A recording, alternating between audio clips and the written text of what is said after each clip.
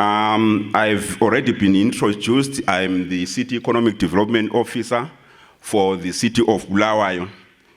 I've got a short presentation. I am sure it's a short presentation. If you look at the presentation, we are starting with our vision. What is the vision of Bulawayo? We want to be a smart, transformative city by year 2025. And then we have mission. How are we going to achieve that vision to provide quality services to the satisfaction of all stakeholders and clients? And then our values, things that we stand for, those are our values which are listed there. In summary, our economy, if you look at in terms of population, basing on the census statistics, we are around 665.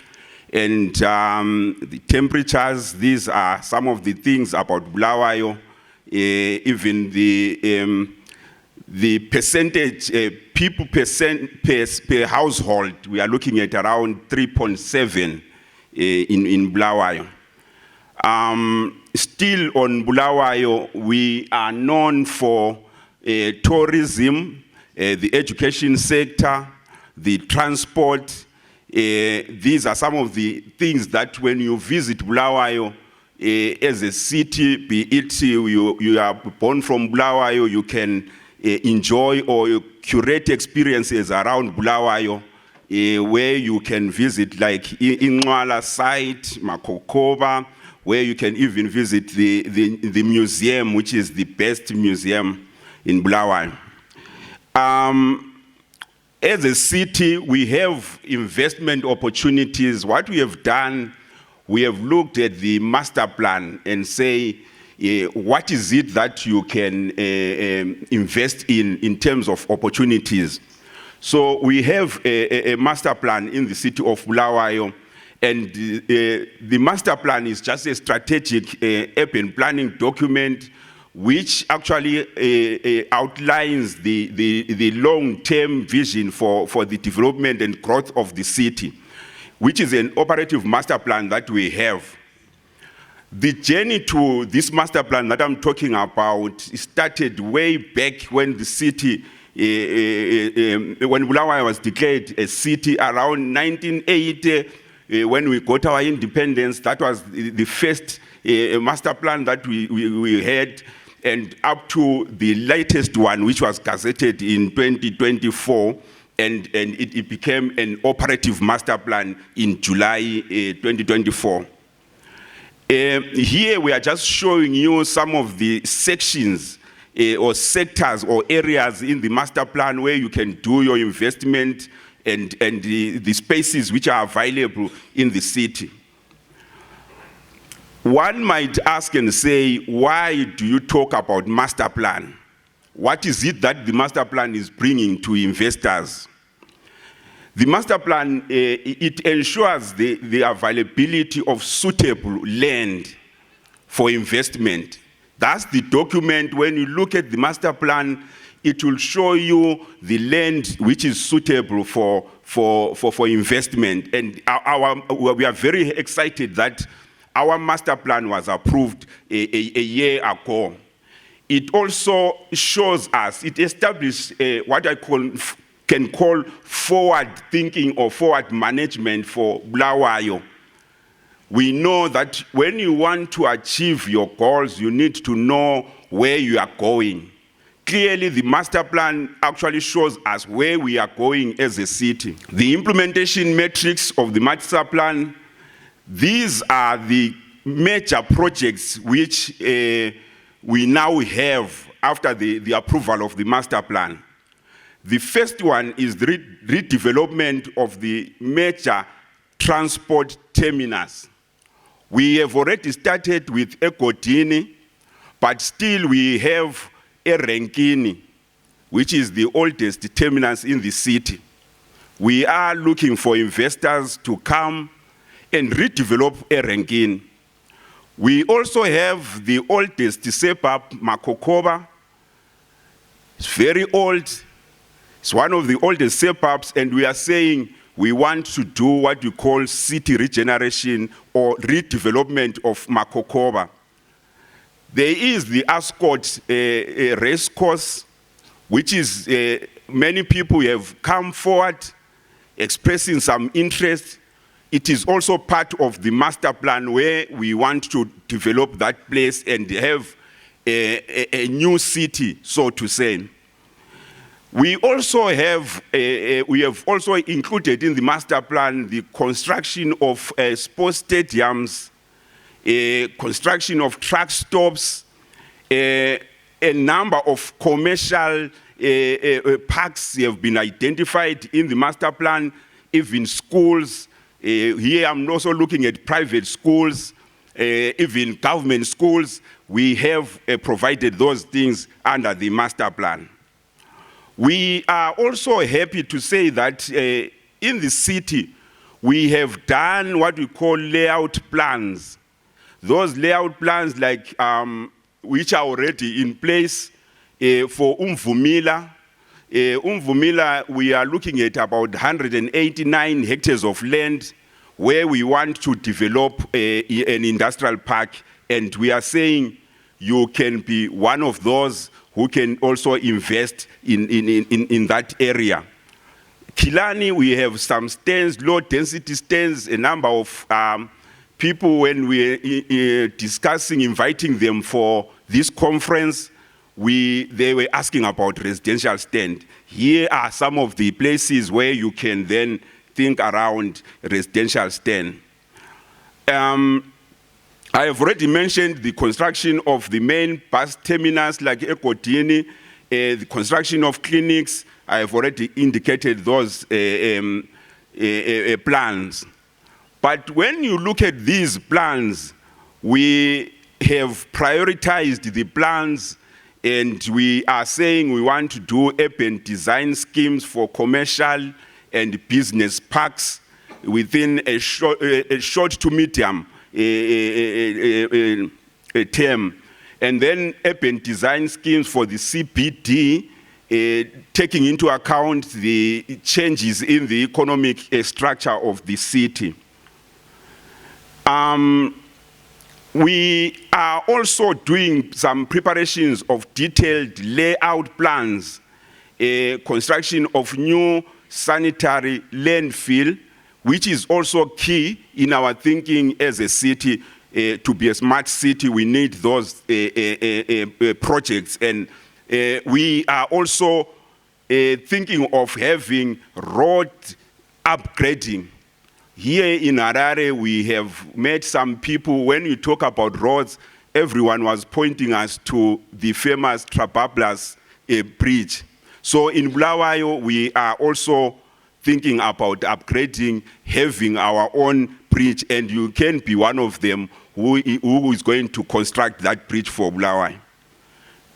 These are some of the plans that we have under the master plan. But again, when you look at all these plans that I have talked about under the master plan, these plans, they require funding.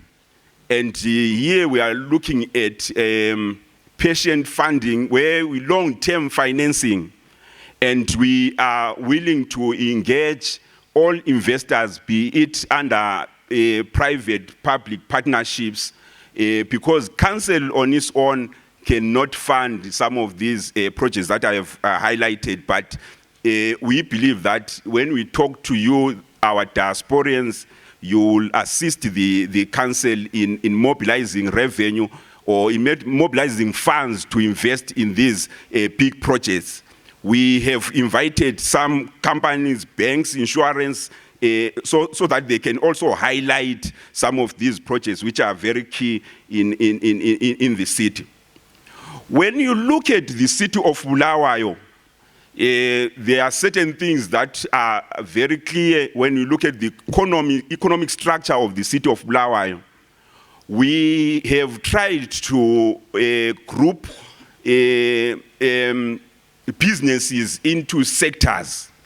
We have about 15 sectors which are very key in the city of Bulawayo, and these are, we have mining, beef and leather sector, we have textile and clothing, we have rubber and plastic, agro industries, pharmaceutical, transport logistics, wood, furniture, mineral value addition. Here we are looking at maybe having those companies which are dealing with gold, processing gold into finished products.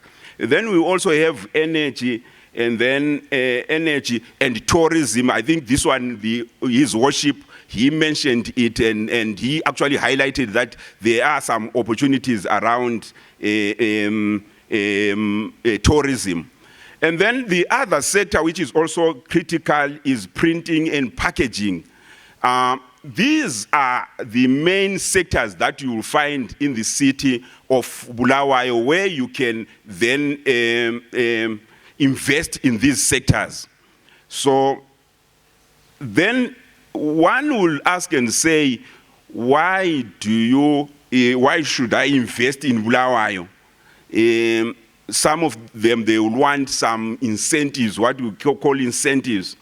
If you look at as a country, nationally, we have different incentives which are provided. But as a city, we are saying you come and invest in Bulawayo because Bulawayo, in terms of skilled manpower, I think we are the only city which is exporting skills to other cities, Bulawayo. If you look at the colleges or universities that we have in Bulawayo in terms of skills, we have NAST, we have Lupane, we have Bulawayo Polytech, we have the Roman Catholic University, we have Solusi not very far from Bulawayo. I think we are leading in terms of skills, so we are not short of skills. So when you also look at governance issues, each time when we are inviting some people saying come and for this investment conference, one of the things that they were highlighting was that at least in Bulawayo there is order and there is good governance. That's our strength. When we give you a piece of land, you don't expect a bulldozer to come and destroy it after a month. That is Bulawayo. So, which means that our system or our governance structure, we really follow the rule of law. But again, I should also emphasize that because we fall, it becomes a disadvantage again.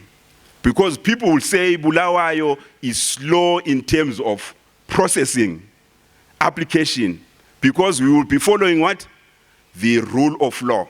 Following each step, we don't want to jump any steps, and then we are caught and say, okay, you are very slow, but if you compare yourself with this other town that I don't want to mention, maybe they do things fast, but then after a month, we see bulldozers following.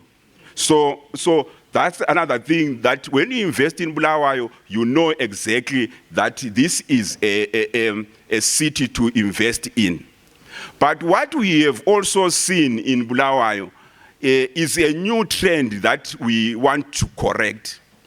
In Bulawayo, if you look at the structure of our industries, Bulawayo is a heavy industry. It's big companies which are operating in Bulawayo. And those companies in Bulawayo, they were created to do export. They are supposed to be export-oriented. We are supposed to be exporting to other cities because of our railway network or our transport connectivity. But the trend that we have seen now is that some people are now thinking that Bulawayo is a wholesaling town. If we are now thinking of saying you want to come to Bulawayo to do wholesaling, Bulawayo is not a wholesaling town. But Bulawayo is a manufacturing city where we manufacture and then export to other cities.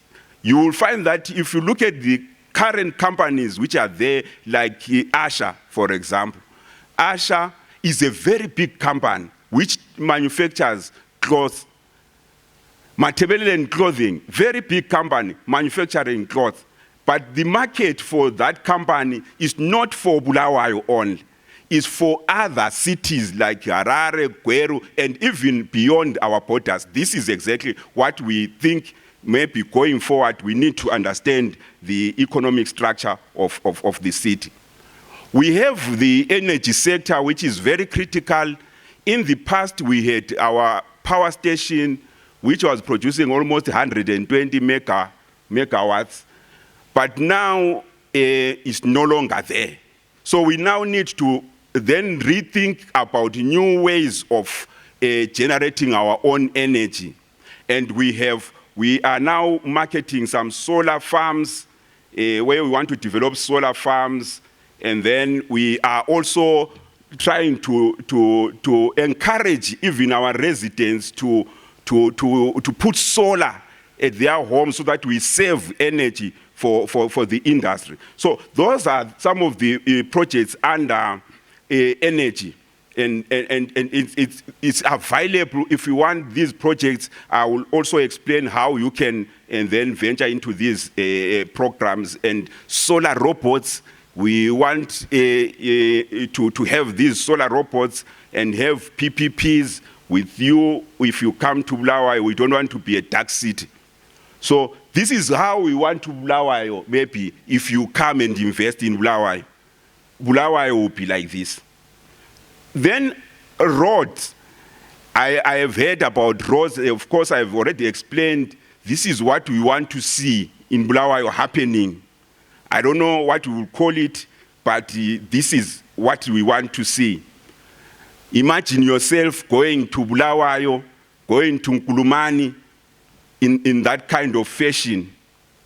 We have our Luveve Road, we have our Country Park corridor, and this is how we want to develop Bulawayo. And these projects are still available for you to tap into. And we also want to do away with potholes, which most people always talk about potholes. Underwater and water and wastewater management, we have projects where we want to deal with recycling for industrial use, and we also have other projects like the treatment plants, which we want to construct, and then these are some of the projects which are key in underwater and sanitation. We really want a smart city. On recycling, on healthy, we have different projects that we want to deal with. We have investment opportunities in the health sector where we talk about medical tourism. I know that in other places you will be told, like in Harare here, they always say, go to Karanda Hospital. We want people to be coming to Bulawayo and say, go to Bulawayo. If you are having a challenge with dialysis, go to Bulawayo, and because we'll have modern facilities under healthy tourism. And then we also are talking about a conversion of solid waste into energy. And this is a key project which we want to embark in the short term, and is still available, and we will be putting some tender for these projects. Solar, already some of these solar projects in our clinics, we have put solar to make sure that all our clinics have got solar. But other council institutions, we still need energy there. Mining and beneficiation, the mining sector, we are talking about a value addition, and we are the only city with a school of mines. For Zimbabwe, if you want to be trained in the school of mines, it's Bulawayo. So we want to leverage on the school of mines so that at least we do minerals beneficiation in the city, and then also dealing with equipment which is required to do mining. We want to do that in Bulawayo. Housing and housing sector. The goal of the city is to have low-cost houses for our people, especially those with low-income groups. We want low-cost housing, and we, like I said before, We are looking at regeneration, city regeneration, places like Makokoba, Mziligas. We want to uplift those areas. And then we are also encouraging smart housing schemes, where you also take into account the environmental issues, where you also take into account those high-rising buildings. These are some of the things that we are working on. And then servicing of stands. In the city, we don't just dish land which is not serviced.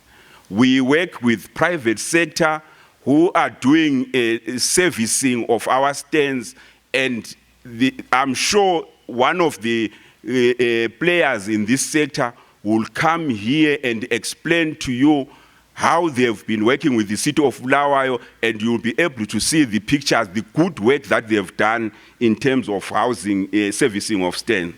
So, which is very key, and this is the smart housing development that we want to see. The green part, the green aspect, taking into account the environmental issues. This is what we want. We are dreaming that Makokoba one day will look like those flats, and it's possible if our sons and daughters are also participating in the development of the city. Let me go back to this one because it's very important. This one is the plan. When we talk about Ascot, we want sort of a new town in the city.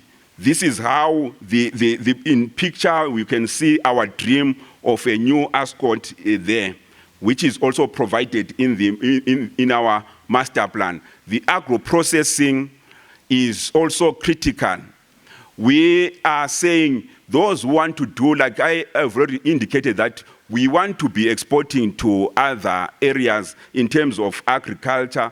And I'm happy that in this room, we have Ingwebu, one of our companies, which is already doing value addition. So when the city council talks about value addition, Ingwebu is getting sorghum from our farm, and then they process it and sell the final product, which is a traditional beer. They call it cream tartar. Cream what? Tartar. Yes, and I'm sure today you will taste the cream tartar, but don't start consuming it now. You will consume it after the workshop. Yeah. So that's an example of value addition which we want to promote in the city. So that at least we do value addition. As a local authority, we have already started doing value addition in terms of sorghum and up to the cream tartar and other shake it, and then other products that we have. So those are some of the projects under that. And then we also have a farm for the city council. I'm sure some of you last tasted the high quality beef when you were still in Bulawayo. That farm is still there with about 500 animals. I've heard about another organization, I think is here, where they are talking about a bank where you can bank your animals. We are saying, come, let's talk and see how we can leverage on these animals to also develop our farm and do value addition. Tourism, I have already indicated. Most of you always have challenges when you come for trade fair. In terms of accommodation, you'll be saying accommodation is very expensive, but we are thinking of a 5-star hotel in Bulawayo. We are also looking at other areas which needs development, like Ingwala site. I know you have been some of you have been in Chaga Center in South Africa. And then this is the kind of thinking that we want for Ingwala site, where you can develop into this site, into a heritage site like Ingwala, Chaga Center in South Africa. This is exactly what we want to do. We have other places, the infrastructure, the sport economy, which is a very big thing when we talk about sporting. We have Papa Field Stadium, which is our center, our stadium, which is very big. But that stadium also we need the bucket seats. I'm told this side in Harare, they've already started moving to, they've completed, I think, National Sports Stadium in Rufar. But for you to talk about sports economy in Bulawayo, we need your investment, especially for Papa Field Stadium. And the other stadiums which we have got a very big stadium for hockey, and that is very critical that you also identify these stadiums and also promote and bring investment to this infrastructure. Transport sector, we have already talked about the terminuses which we want, but we also want improved maybe transport for passengers. Like we want tram buses that we want want you to invest in those buses, be it rail transport. We want it to be efficient so that at least we move our people. This is what we want for Bulawayo. Nice buses, and it's not the city council which will bring these buses, but it is you, the sons and daughters of Bulawayo, who should also bring these things. This program on special economic zone is a program which started some years ago, or almost 10 years ago, when we have been talking about special economic zone. In Bulawayo, we have identified prime land for this program. And that prime land is Umvumila, a place, and Umvumila, which I actually indicated that Umvumila is about 188 hectares of land where we want to do an industrial park. Some of the sectors that we think can be accommodated under Umvumila are these ones. We want ICT innovation parks. We want pharmaceutical, car assembly, and then beef and leather industries.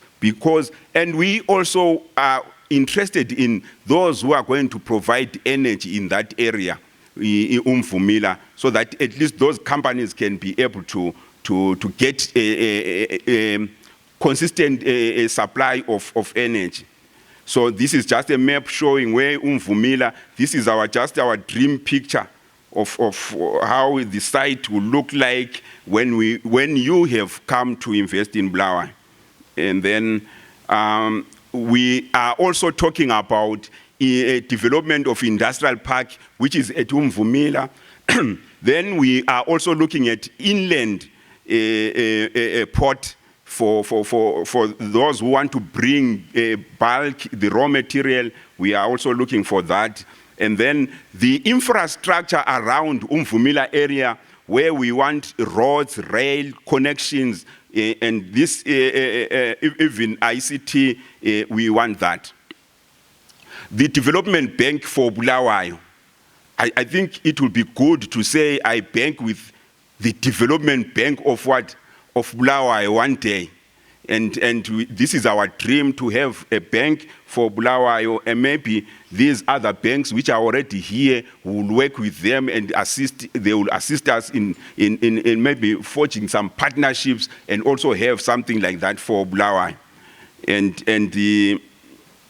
this is some of the things that we will do to develop Bulawayo.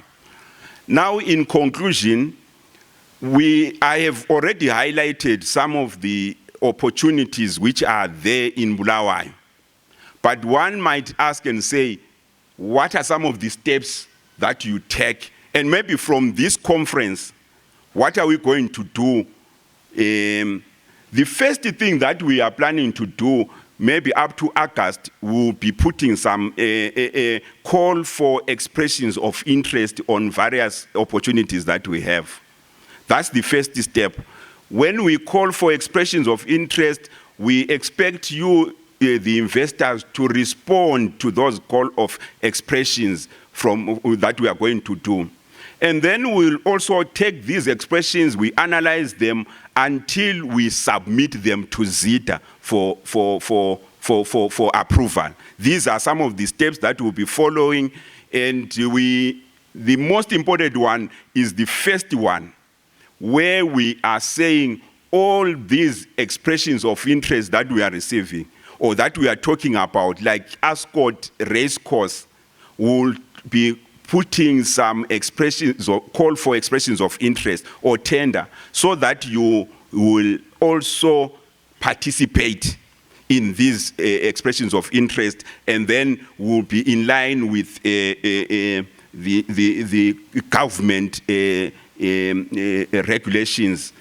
Otherwise, thank you very much. This is the end of my presentation. Anything that tickles your fancy there, Quincy? Anything that you like there? So these are part of what we want to do as a Zimbabwe Tea Association.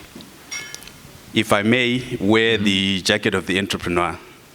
For the last 3 years, we have developed a startup that operates in plastic recycling. And part of what we were doing was turning HDPE waste into different, shall I say, at concept stage, we're just experimenting with what this can do. And we managed to create cricket beds, we managed to create benches from plastic waste that we're picking in and around Bulawayo. And at this stage, this was more experimental than anything else. So at this juncture, I've got a few questions that I would also need answered by our by the council. Yes. Okay, just hold on to them. Okay, right. I'm going right where you are now.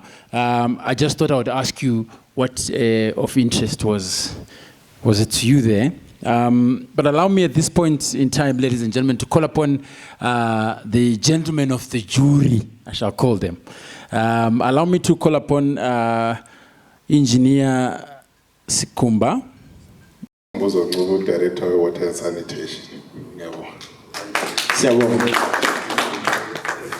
Salbonani, igama Dr. Khumalo, Director of Housing and Community Services.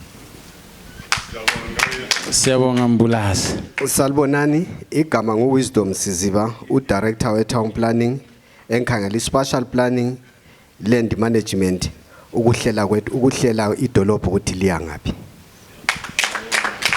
Salbonani njalo.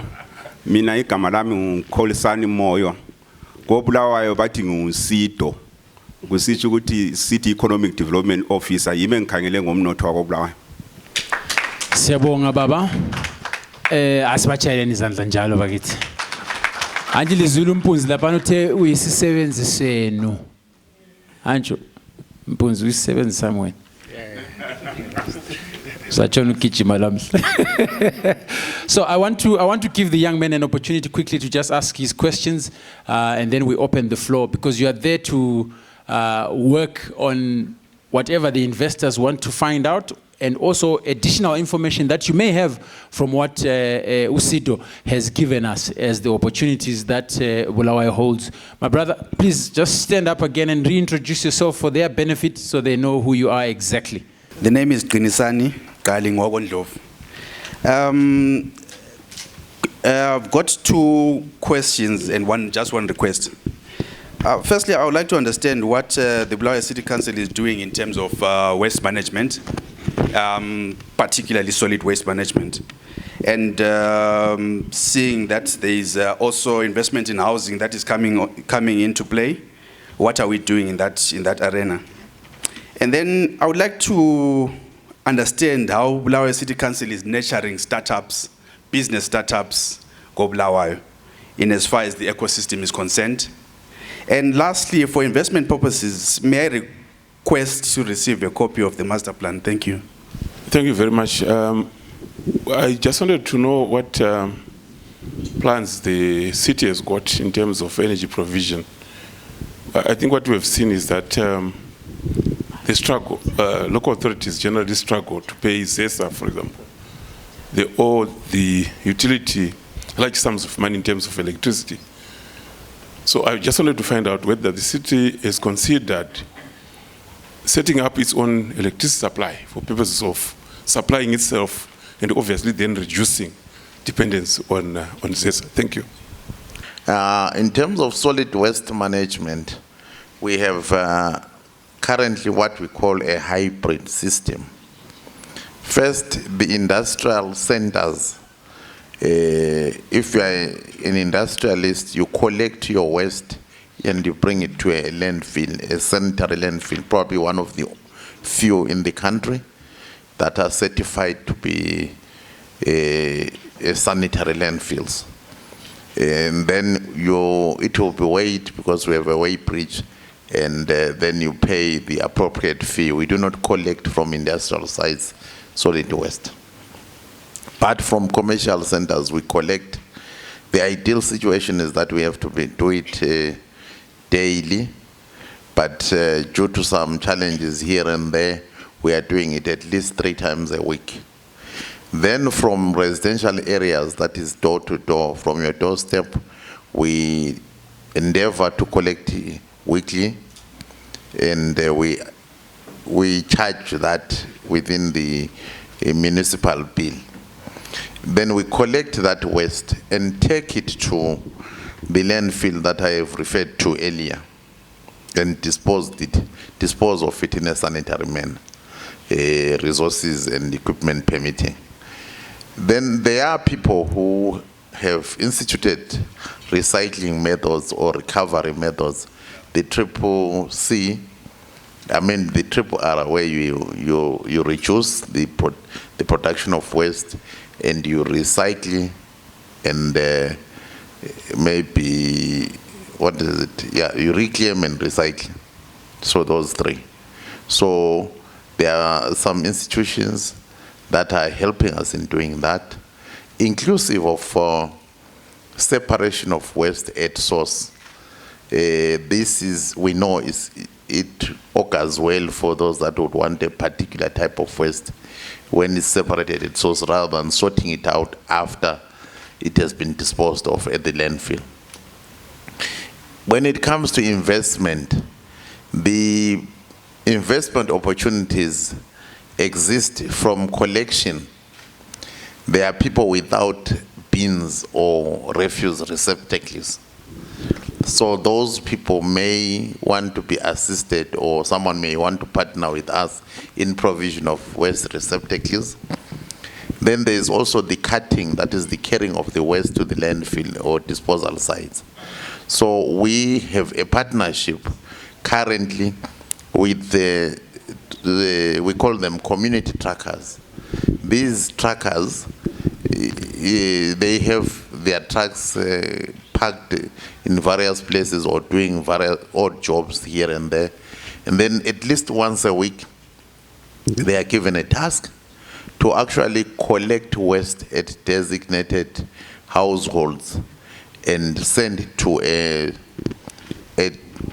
point where a waste transfer station, where they put the waste into a council compactor, and the council compactor will then take it to the disposal site.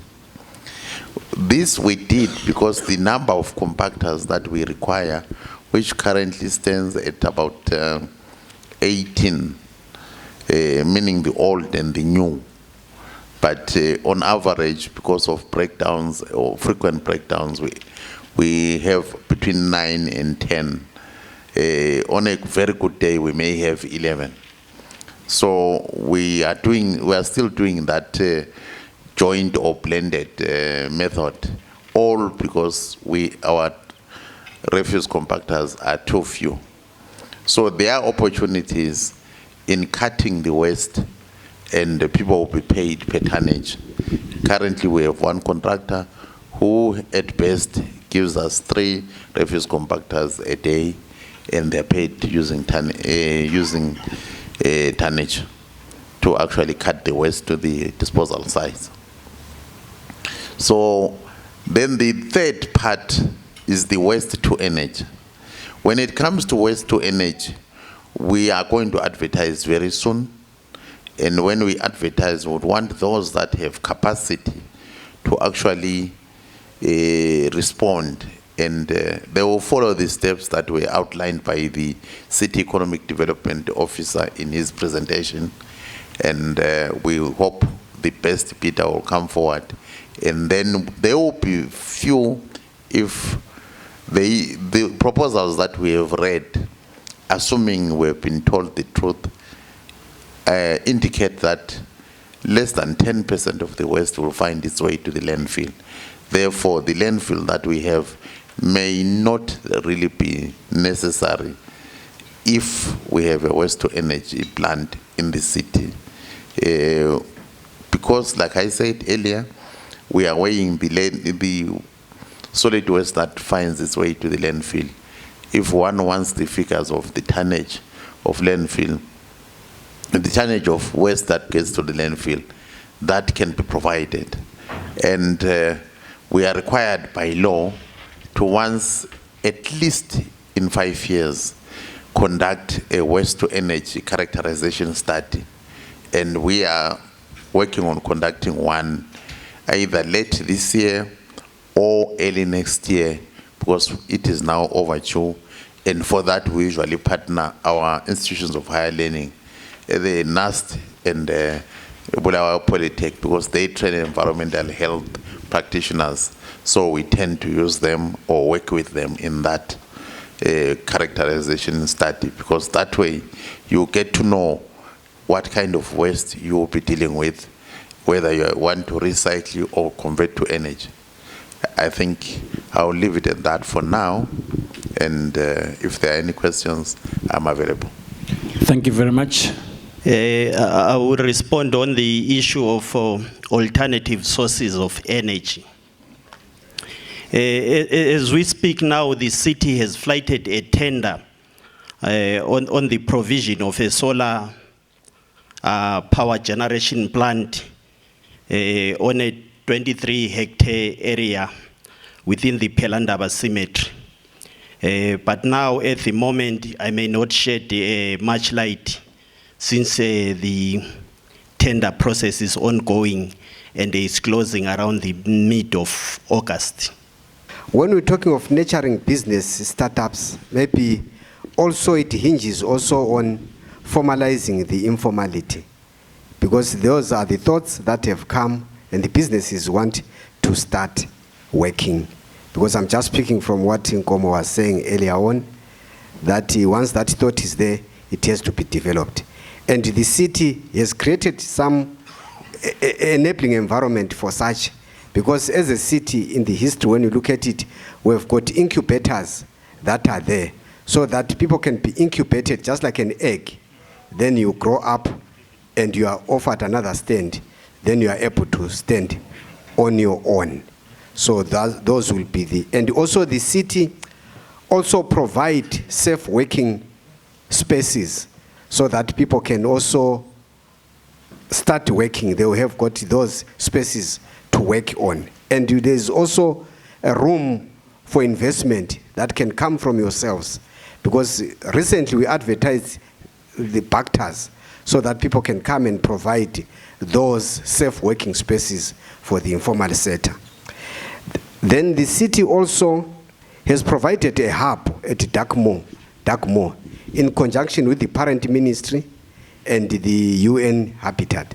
So we've provided a hub where all the startup people are expected also to go there for training. We provide training, and it's a hub where they meet the Zimbra people, they meet all other stakeholders who are interested in that, so that they are trained and they are able to start their businesses.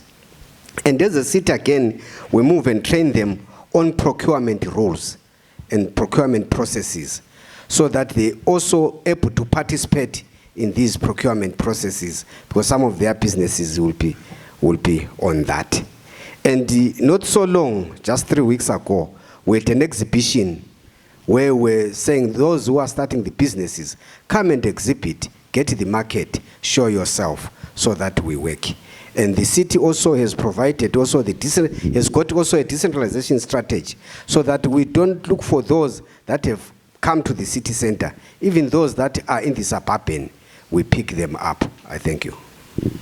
Thank you. So for a startup business, we give you an option to lease land while you mobilize money to purchase your own place. And we hope abantu they will grow, because we have experienced some who want to be incubated in perpetuity. But our encouragement is that you get incubated and then get out of the factory shells and go into bigger spaces, open space for others who also want to start up. So that is what we are doing.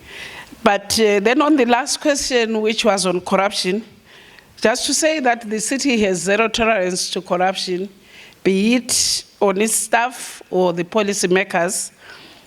The allegations that were made reference to, they remain allegations as of now. The matter is still before the courts. We have allowed the law to take its course with no interference from the city. So we will be guided by the courts of law. The matter is still sub judice. So I think we don't stand in the way of the law if it happens that people believe that certain actions should be taken. However, to strengthen our systems against such, we have developed an integrity and ethics policy that is ready for adoption by the city. We have been discussing it over time. And we also have established an integrity committee on the advice of ZAC. This committee is set up already so that we can, as an institution, instill the value of integrity within staff and councillors and everyone involved. And so that when we deal with our stakeholders, we deal with them with integrity. And we also, like I said earlier in my opening remarks, we have said the audit and risk function should be set up now as a department. It was a section in the town clerk's department until now, but to strengthen it and make it more visible, we have just upgraded it, I think it's last month, to a department level, so that we can strengthen those processes. And we have employed in that department even forensic auditors, so that they can deal with some of the white-collar crimes that can happen within an institution like ours. We're an institution with all sorts of professions and a huge staff establishment. So it is possible to find a few, some bad apples here and there, but it's about what we do when we do find out these things. We always deal with the matters, and in terms of staff, you can be assured that staff will be dealt with in terms of the conditions of service, and most of them who are caught on the wrong side have been dealt with. And for those, maybe, I think the one that was in the papers a lot was the fuel scandal as well, which concerned a staff member. The staff member has since been dismissed from council. But however, the matter is still pending before the courts because ZAC also decided to press criminal charges of abuse of office. So it's still pending, but from the city side, the employer side, they have dealt with that case. And the case involving the deputy mayor and finance chairperson is pending before the courts, and we'll let the law take its course in that regard. So we're trying to do preventive measures, strengthen our policies, plug loopholes that will encourage such, but if it happens, we'll deal with it in terms of the law. Thank you. I'll just give a background information on what is happening on the aspect of housing. Generally, is focusing on low-income housing, and then housing for those in the mid-income sector and high income. So with regards to the low-income housing, I just want to share with the House the projects and programs that are currently underway in the city of Bulawayo. we have RE of Mganwini, which is quite a hectic area in terms of housing activity taking place at the moment. We have got 6,000 stands that are being delivered by our partners, where this land was acquired through tendering. We tender out land to contractors who service to meet the requirements and expectations of council. So we've got ongoing servicing of 6,000 stands that is currently underway. So once these stands have been fully serviced, that's when they are going to be sold. They are sold once a certificate of completion has been given by our Director of Works to confirm that the servicing activity has been done satisfactory in compliance with the designs that were provided and to meet the engineering standards required. So within the same sector, we have got Luveve. There's a project that has been underway, is complete. We are going to hear because the contractor who is involved there is amongst us here. The project has been successfully done, and the allocations ensues after servicing has been done. We have got no tracks with the over 2,000 stands where servicing is currently underway. We also have got a project in Country Park with 1,000 stands. So I am saying these things so that legal challenges by contractors were happy to report that these have been resolved, and the yellow machines will be soon back on the ground so that we deliver the stands on the outstanding projects. And then within the medium income sector, we have got a project that is 100% complete in Machula. I'm sure when you are entering Bulawayo by road, on your right from cement siding, you will see a project that is being professionally done in terms of the servicing. So work has been completed there. A certificate of completion has just been given. So those stands will also be sold. They present an opportunity to residents and those outside to come and purchase these stands as they are ready for selling. All we require is that the prospective purchaser is in the council housing waiting list, and only your money is required to acquire those stands. And then maybe let me also indicate that we also work with our partners. If we look at Bulawayo as a province, we want to conscientize the House that there are other big projects that are underway. We have got King City, which has got 8,000 stands. Although it's not within the Greater Bulawayo in terms of our area of jurisdiction, it's an adjacent project that is within the Greater Province of Bulawayo. So we want to mention this project because it presents investment opportunities in housing in Bulawayo. We have also Hopelin and Hopeville projects where stands are available for sale.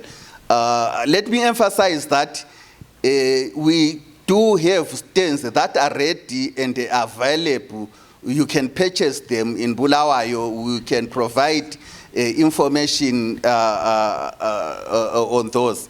And then before I end, let me also indicate that there are future areas that have been planned and designated for housing that are ready, and they will also be be tendered out in terms of our method of housing delivery to our partners. And for those that are contractors, these present investment opportunities. So we've got areas that are coming up in Kilani East, in High Mount. These are low density type of stands. We've got Umvimila and the B2 of Bellevue. So these are projects that are coming in the short horizon. And also, we have got flat sites. You know that in terms of our settlement policy in the country, a certain percentage of land, which is 40% in all layouts, should be reserved for flat development. So we have got this land that is ready for flat development to accommodate our social housing. So these are investment prospects that are coming in the horizon, and those that are contractors look forward to this type of program projects being tendered out. Thank you.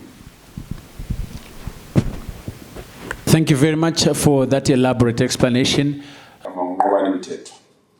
Umbuzo wami uqondana lo umphathi wesikhwama umbonzi. Ngibona ubaba uKholta kwathinta ngokuthi ndizama ukuthi lani IT ingani yaba lisezingeni eliphezulu. So I've got a personal experience. Ngeke ngabona kulesikhathi council besithi siyakhona ukuthi siregister ukuthi sithola ama statements ethu via email benge WhatsApp. So la ngahamba through that process ngathumezela i-email. Mbona so umnyaka namhlanje lokho emele i-statement sami ukuthi sibuye via email.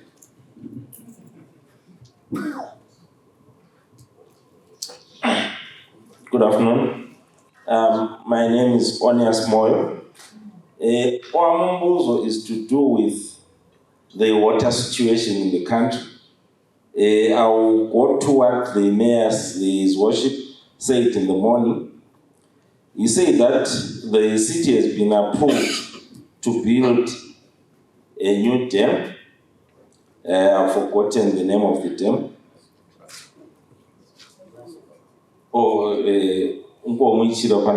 Glass block.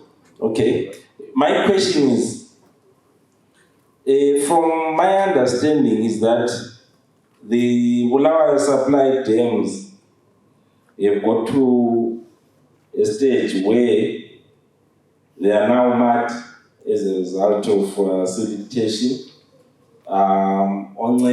If I'm correct, they haven't been cleared for a long time. So why start a new project when you can rehabilitate what you have? The reason why I'm saying that, the mayor said that Kwai Shangani Dam will be ready, if I'm not mistaken, he mentioned something like 30 or so years to come. I can't quite remember. We've been told that Kwai Shangani Dam is coming. For some of us who are away from Matriland, when we see on TV, when we read in the press, is that what we are told that Kwai Shangani Dam will be supplying water to the city maybe in the next 3-4 years, for a long time now. The 3 years do come.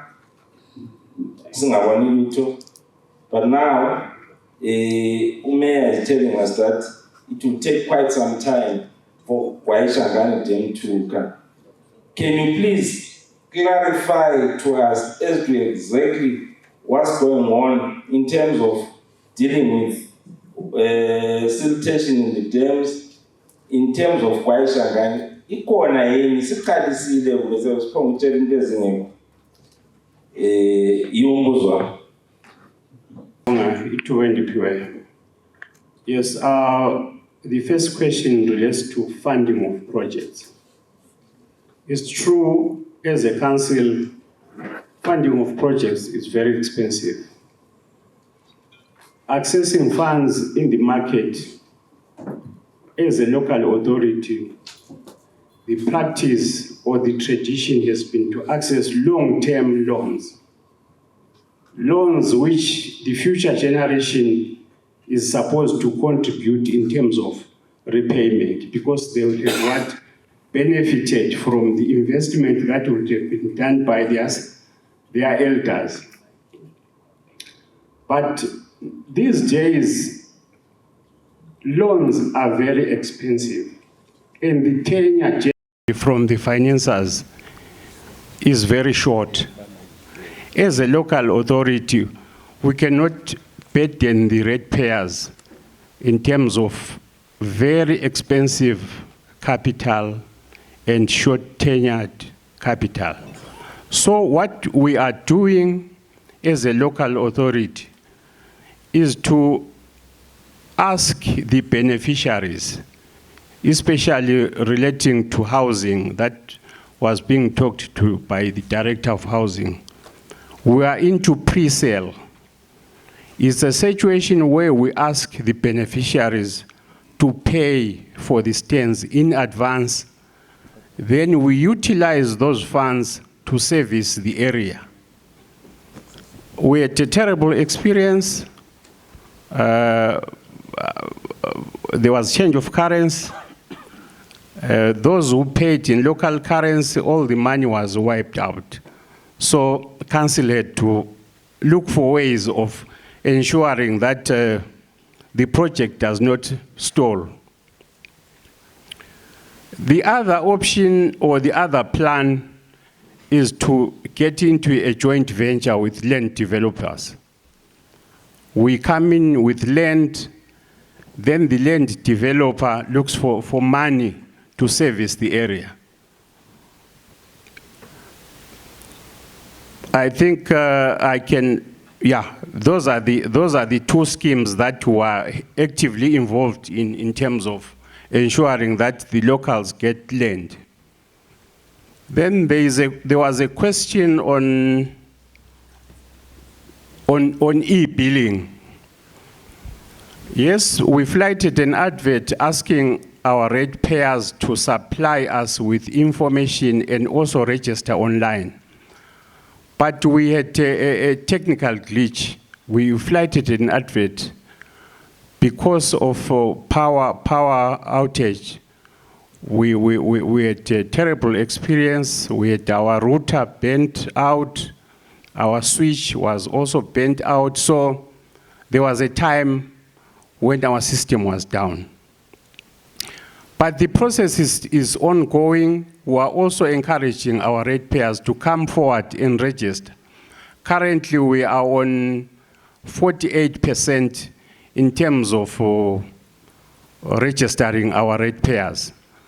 I know the question is, how do you get to 40-something percent? This is arrived at considering that we have got about 186,000 ratepayers or accounts. So we've done about 40-something percent. The whole idea is to cover as much ground as possible. Then we get to a point where we say, with effect from, say, January 2026, no more papers. We are no longer printing bills. We are doing e-billing. I don't know whether there is another part of the question that I left out. The consumer who says he has been waiting for a year for his e-statement, it fell through the cracks, but like we are hearing, some are now receiving them, and we would like to engage you even as you are here so that we take your details properly and you start receiving your e-statement. We had also moved forward to include on our website so that you can access your statements on our website. It's at an advanced stage, and we hope consumers will soon be assessing. If you log into our website and into our account, and you'll be able then to access your statements. And then before Engineer Ncube Skhumbuzo comes on about the water situation and the siltation of the dams, I would like to state that maybe in terms of the current legislation, the construction of dams and water bodies lies with the Ministry of Water, sometimes through the agency IZINWA.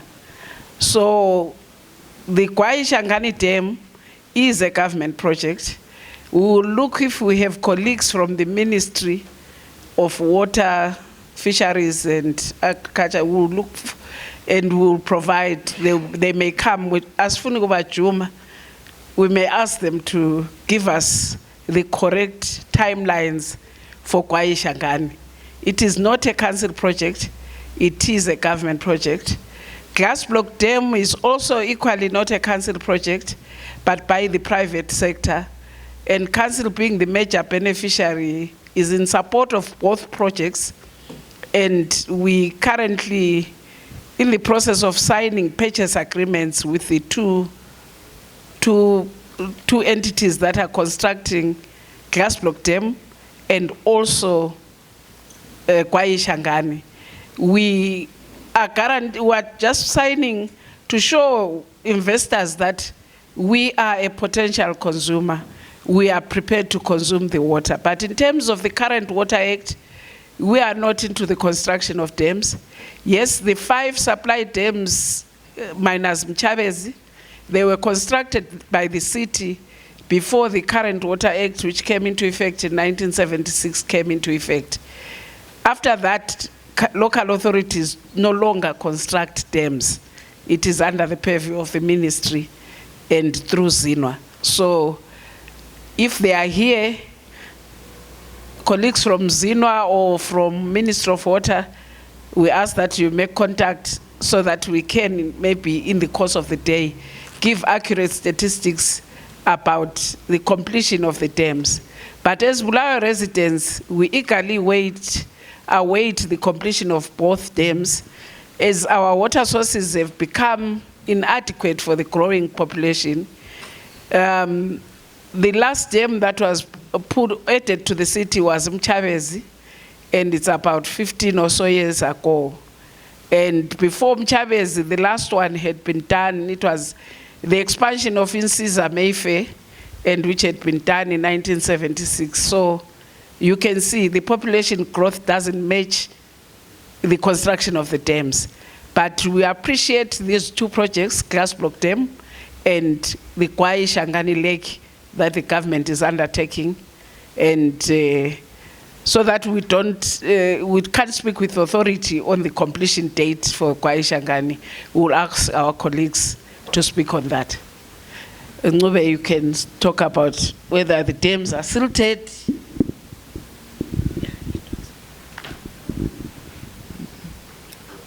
Maybe on a bit of information on our supply dams.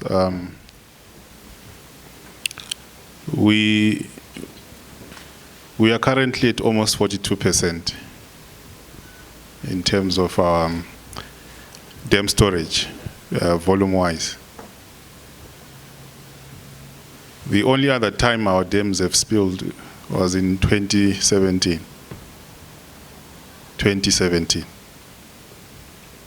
That is the only other time our dams recorded 100%.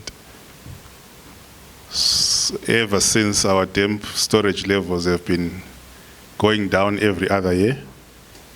To current state, actually, we didn't surpass the 60% mark at the peak of our rain season in March this year.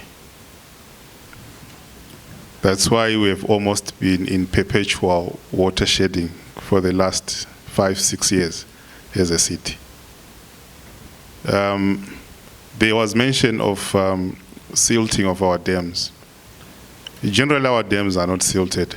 It can be a phenomenon that can start happening now because of the upstream activities of mining that is currently going on, artisanal mining.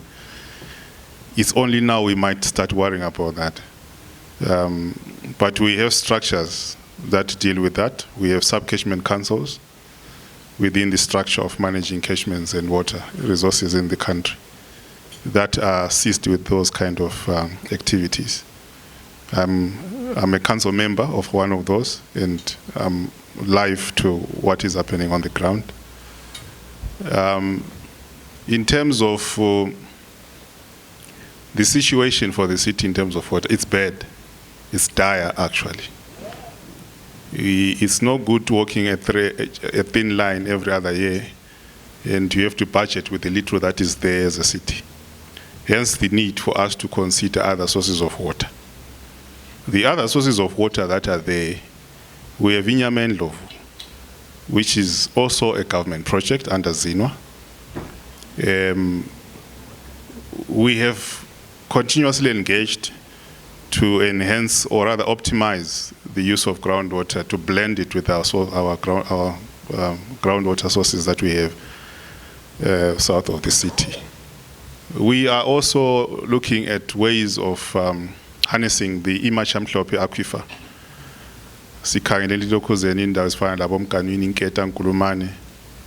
They've got good groundwater there. And they usually don't have much strain in terms of alternative sources of water. We have our chairmans at 30-40 meters if you have a good driller there. So we are looking at those kind of alternatives as well. We've mentioned the glass block. It's not within our purview, but we are an interested party in it, and we are currently engaging the investors and the vehicles that are to do with the investment of that project. We are looking to receive, if it gets constructed and commissioned, between 65 and 70 million liters of water.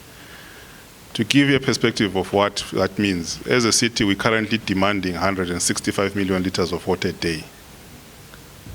But we are struggling around 100, 90, 110 sometimes. So we've got a huge shortfall of water there in terms of supply. So if that then comes on board or online, it will cover that gap. You mentioned of Ikwaishangani. 240 million liters of water are going to come out of that dam, or rather that lake. And around 120, 140 should come our way towards Country Park, where a treatment plant is going to be set up, delivered on a 253-kilometer pipeline from Kwaishangani. So under the current circumstances, our situation is bad, but we are hopeful that these two projects, whatever the timelines they are, should actually give us relief in terms of water supply. Thank you. Okay, thank you so much. Shall we give them a round of applause, ladies and gentlemen, for shielding these questions? Some were very tough, some curveballs that I saw there, but thank you so much for clarifying and taking time. The idea is that you know who they are. When you now want to come and invest in Bulawayo, you've got questions about money, about planning, about the economic activity that's happening in Bulawayo.